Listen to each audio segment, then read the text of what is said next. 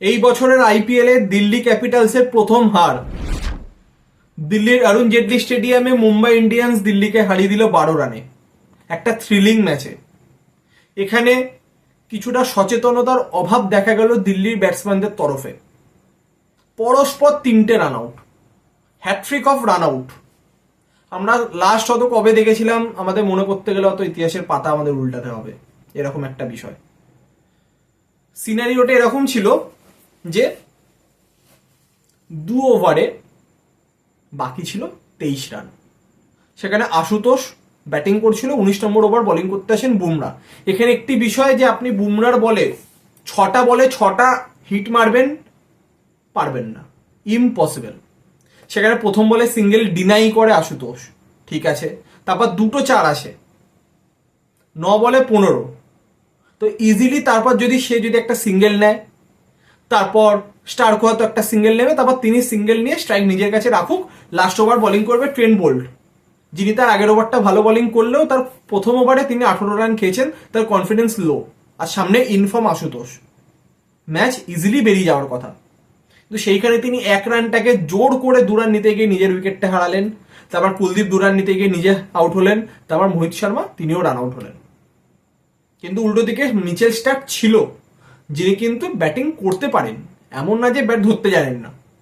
তো সেইখানে তো একটু সচেতনতা বোধের তো অভাব তো দেখাই গেল।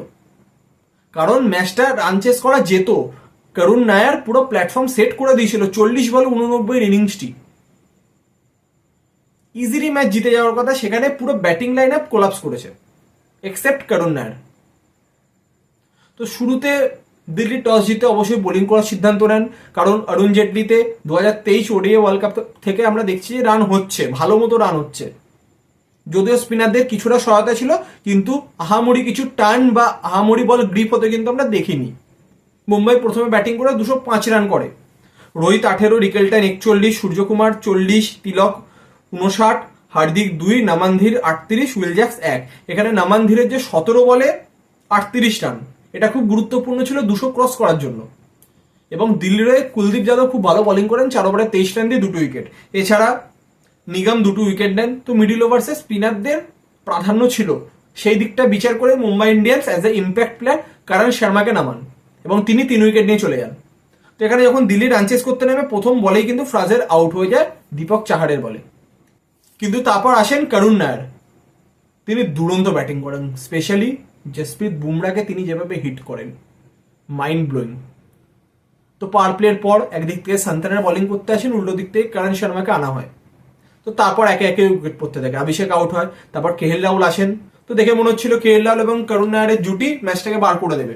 তো তারপরই যখন করুণ নায়ার 89 রানে সান্তানারে বলে বোল্ড হয়ে যান, তারপর একে একে উইকেট পড়তে থাকে। আকসারকে আউট করে দেন বুমরা, তারপর স্টাফসকে আউট করেন করণ শর্মা, তারপর একে একে উইকেট পড়তে থাকে। তারপর কেএল রাহুল শেষ বর্ষে ছিল, তিনিও যান। তারপর কিঞ্চিত আশা ছিল যে আশুতোষ হয়তো ম্যাচটা বার করে দেবে, তিনি রান আউট হয়ে যান, যার ফলে 12 রানে ম্যাচটি হেরে যায়।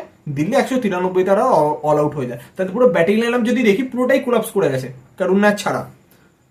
ফ্রাজের 0, অভিষেক পুরেল 33, করুণ নায়ার 89, কেএল রাহুল 15, আকসার 9, স্টাফস 1, আশুতোষ 17, নিগম 18, স্টার্ক কুলদীপ 1, মোহিত 0। এখানে 3টে উইকেট নেন করণ, 2টে সান্তানার, 1টি বুমরা, 1টি দীপক চাহার। 3টে রান আউট পরস্পর 3 বলে, যার ফলে সিজনের প্রথম হারতে হলো দিল্লিকে। তো এখানে মুম্বাই ইন্ডিয়ান্স ব্যাটিং ভালো করেছে, বোলিং মিডিল ওভার্সের থেকে ভালো তারা ম্যাচটাকে নিজেদের কন্ট্রোলে আনতে পেরেছে। হার্দিকের তরফ থেকে ভালো ক্যাপ্টেন্সি, তারা অবশেষে একটি ভালো ম্যাচ জিতেছে।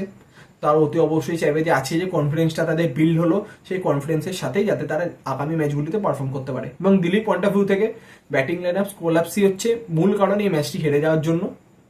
তো তারা একটা ম্যাচ হেরেছে, অতটা চিন্তার কারণ নেই, কিন্তু এই ভুল ত্রুটিগুলোকে নেক্সট ম্যাচে রেকটিফাই করতে হবে।